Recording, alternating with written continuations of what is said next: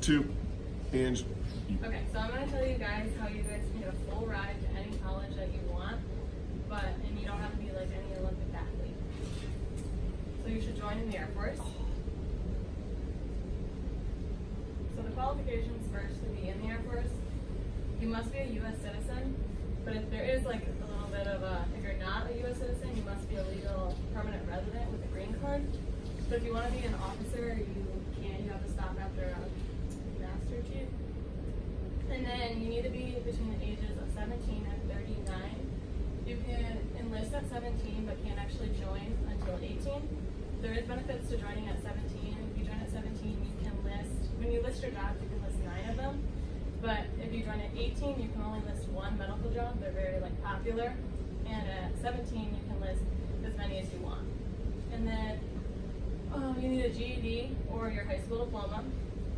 And then the ASVAB is kind of like the SAT, but I'm sure some of you have heard of the ASVAB. You took it at the same time as the SAT if you wanted to. You have to score a 39 or higher, which that's super easy. 39 is pretty low. And it's not like a 39%. It's I don't know, middle of the road is kind of like a 50%. And then you take the ASVAB either at the school or you can take it at MEPS. And MEPS is in Lansing or Detroit. And I recommend taking the HiCat. It's something you can take at home. It's just like the ASVAB, but you take it at home. You can kind of cheat, you could say. But then you still have to take a verification test, go down to MEPS. There's only 15 questions, and it's the same questions that you already had, so you should memorize them. And then the careers. There's over 140 highly specialized career fields. So there's so many things you can actually do. There's cybersecurity, so people who like working with computers, fighter pilots, if you actually going in this for military kind of battlefield, fire protection, so maybe a firefighter, or security forces, which is a police officer. And then the normal work hours are 40 to 45, so that's just normally here. And then you have 30 days of paid vacation.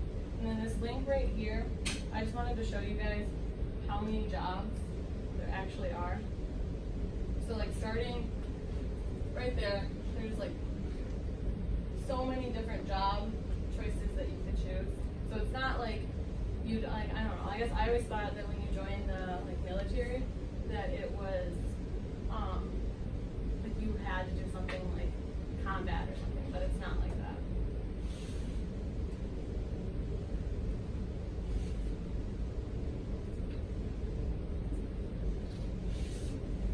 And then the benefits.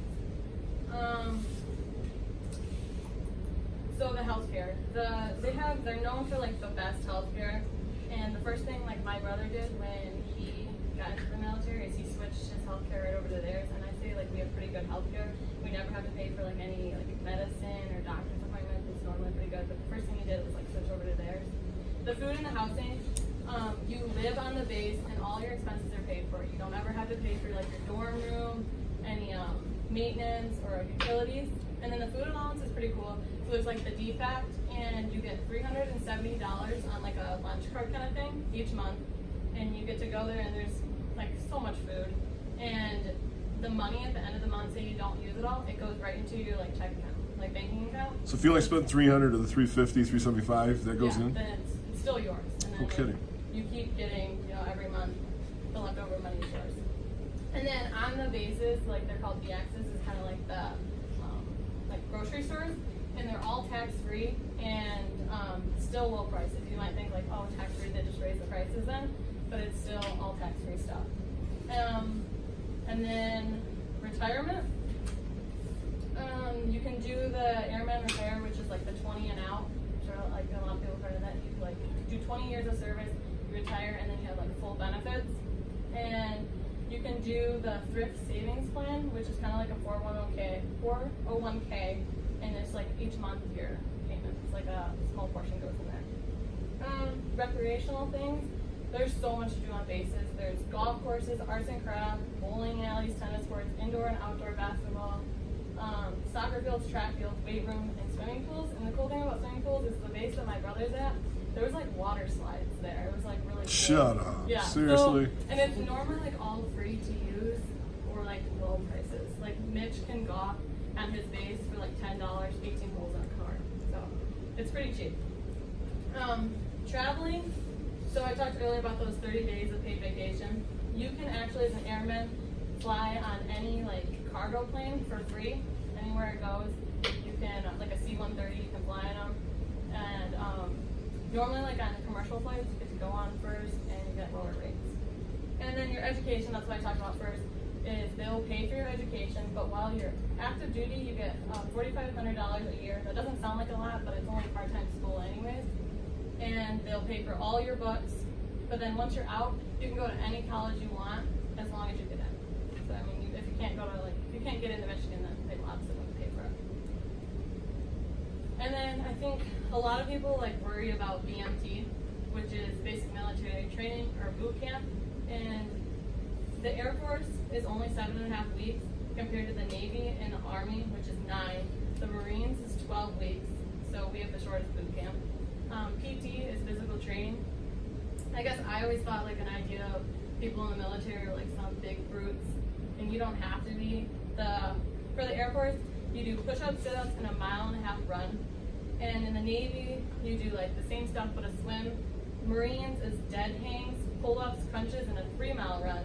In the Army, it's sit-ups, push-ups, and a 2-mile run. So we still have the easiest PT, I guess you could say. And then the standards for the PT, for the men, for a 1.5 miles, it's 12 minutes, so it's 8-minute pace. And then for the females, it's 14 minutes, which is 9:30 pace. So this is really easy. The push-ups, the males have to do 45, and the females only have to do 27. And the sit-ups are both 50. So it's pretty easy, I think, for a PT.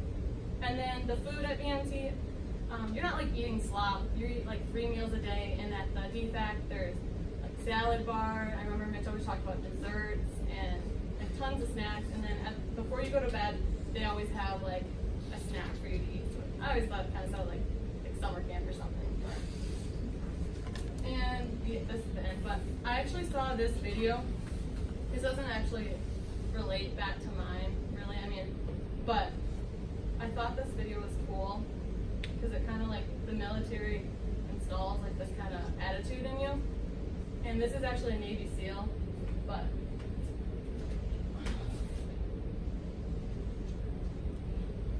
I saw this about a year ago on Facebook.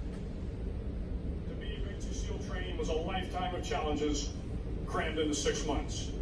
So here are the 10 lessons I learned from basic SEAL training that hopefully will be of value to you as you move forward in life.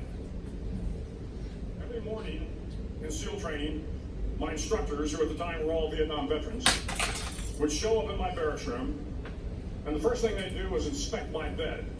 If you did it right, the corners would be square, the covers would be pulled tight, the pillow centered just under the headboard, and the extra blanket folded neatly at the foot of the rack. It was a simple task, mundane at best, but every morning we were required to make our bed to perfection. That seemed a little ridiculous at the time, particularly in light of the fact that we were aspiring to be real warriors, tough, battle-hardened SEALs.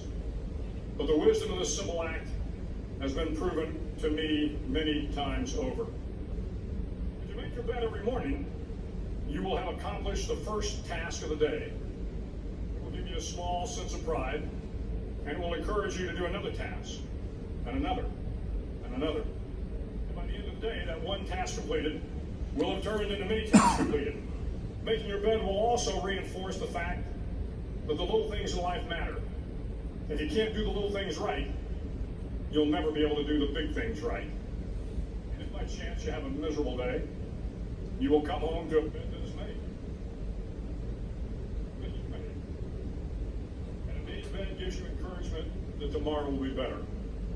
So if you want to change the world, start off by making your bed. Got a few decorations, boy, that's a heavy hitter there. Whoa. Yeah, big guy. And then I also have little Air Force goodies if anyone wants some. There's hot sockets, t-shirts, a bag, lanyards, these blender bottles. Anyone want some? Yeah, I want some. I called yours on the shirt. Grab me some. Price me. No. Yeah. Welcome to SeaWorld. Thank you. Can I I have the backpack?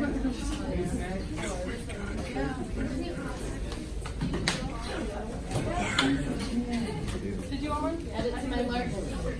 Oh my. I was thinking about joining the Marines. So you beat them there. The problem is they probably let you drive a tank or something.